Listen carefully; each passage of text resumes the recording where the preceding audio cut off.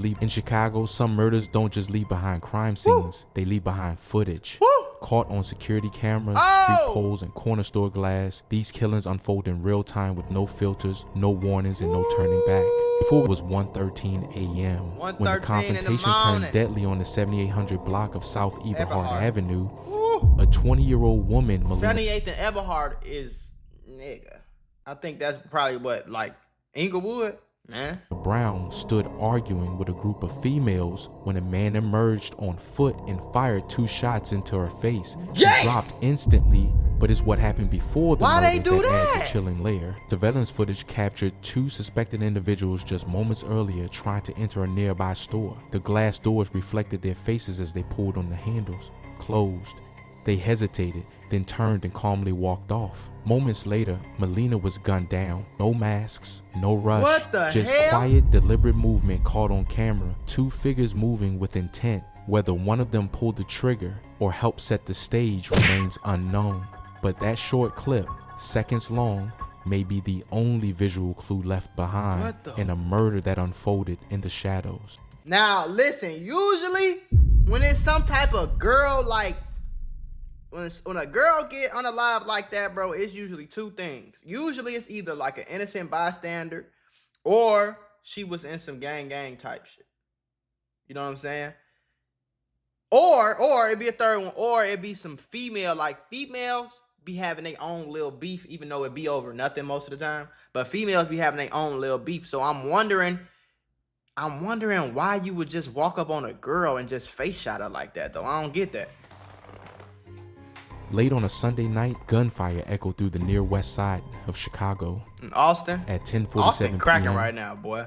49-year-old Hector Negron was driving down the 1900 block of West Fulton when 2 separate vehicles pulled up, each one opening fire. Bullets ripped into his car. One struck Hector under the left armpit. Moments later, his vehicle veered off the road and slammed into a bus stop. Paramedics found him critically wounded and rushed him to the hospital, but the damage was too severe. Hector Negron was pronounced dead shortly after. The shooters fled into the night. No arrests, no answers. Just a man gunned down mid-drive, and the city once again left asking why. And one thing about Chicago, boy, I think Chicago police have a murder conviction rate of like 20%, bro. That means they only get all the murders that happen in Chicago, they only get 20% of the niggas. Do you understand that shit? Do you understand that you have an 80% chance to get away with murder in Chicago, bro? Do you understand how fucking insane that is? I want to put y'all on to some of the easiest money you'll ever make in your life. Freecash.com is a website that allows you to literally get paid hundreds of dollars just for playing video games on your phone. All you need is an email and a password. Follow the directions on each of the campaigns and you can earn at least $100. My personal favorite game to play was Sunrise Island, and when I clicked on it, they had a $370 bonus. I got $370 just for playing a video game on my phone. On average, it only takes about 17 minutes for most people to start earning money on freecash.com. So if you need some free, easy, extra money, go to freecash.com, click the QR code right here, or go in the description below and start getting that bag. You did? Do you understand how crazy that is? FBI, open up! For reference, New York got like 70-80% of their murders get solved. Chicago had like 15 or 25% or some shit like that, bro. Like, that's the most wicked part of it all. At 1:15 a.m. on the 3400 block of West 30th Street in South Lawndale, 30-year-old Jason Bonitez was found lying on the sidewalk with a gunshot wound to the face. The street was still. No calls, no witnesses stepped forward. He was taken to Mount Sinai, where he was pronounced dead, but surveillance footage told a different story. A nearby corner store camera captured 2 men, one walking into the store, the other seen just outside, pacing. They had arrived together, walking shoulder to shoulder down West 30th just before the shooting. No panic, no urgency, just a quiet approach, a pause, and then separation. Jason's killer wasn't caught on tape pulling the trigger, but the suspects might have been caught on tape walking with him in the moments leading up to his murder. They was walking with him? Detectives are watching that footage frame by frame, because in this case, what happened before the shooting may be the key to solving it. It was just before noon on Chicago's southwest side when violence exploded without warning. on the 2400 block of South Oakley Boulevard. 24th. And I want y'all to peep that this all around the city, twin. It's not just one side of the city. The west side, the north side, the east side, the south side is all cracking. Chicago neighborhood, a red Jeep Compass headed north. Inside, 35-year-old Leonardo Martinez drove with Mexicans a 6-month-old baby in the back seat. Then came the ambush. A blue vehicle pulled up alongside them. Gunfire erupted from inside. Bullets tore through the Jeep, striking Leonardo multiple times in the head and body. The car lurched forward, out of control, crashed into 2 empty parked vehicles before grinding to a stop. And Leonardo they crashed? Martinez died at the scene. The other car in the back seat, the infant survived, just barely. Single bullet grazed the baby's right cheek. And come on, bro. Y'all hitting 6-month-old babies in the back seat? If y'all pulled up right next to y'all op, and the op is driving in the car, how in the flying fladoodle did a bullet get from right here all the way to the back seat to graze the baby? And like, what the kind the of Schroeder y'all got Hospital going on, is stabilized. Witnesses described the chaos, glass shattering, tires screeching, and then the silence that follows sudden death. The shooter's car sped off southbound and disappeared. A father gone, a baby scarred, a neighborhood shaken, and no one in custody. On a cool Tuesday evening in Chicago's uptown neighborhood, the quiet of an alley behind the 900 block of West Eastwood was shattered by a single gunshot. It was 7:39 p.m. when police arrived and found a man lying on the ground, motionless, bleeding from a gunshot wound near his right hip. The call came late, nearly 30 minutes after the shooting. By then, the alley was empty. Surveillance footage later revealed a figure sprinting from the scene, leaping into a silver car parked at a nearby McDonald's. The car sped off, disappearing into the night. The man was 57-year-old Kevin Bibs. He wore a sombrero as he lay dying, alone in the shadows of a neighborhood not used to seeing murder scenes. He was the first person killed in Uptown that year. No suspect, no arrest, just a single round, a fleeing figure in a city where the quiet doesn't always mean safety. Who the fuck is that?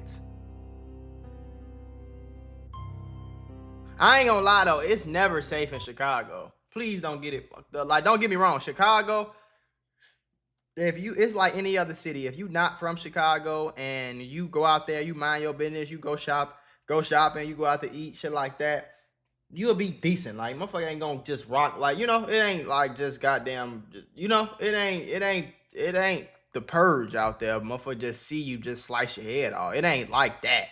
But if you from there and you into it with anything, you got anything going on streetwise or anything, boy, I'm telling you right now, gang, it's never safe for you, twin. It's never safe for you. Girls, old niggas, young niggas, Mexicans, whites, man, bland. It's cracking.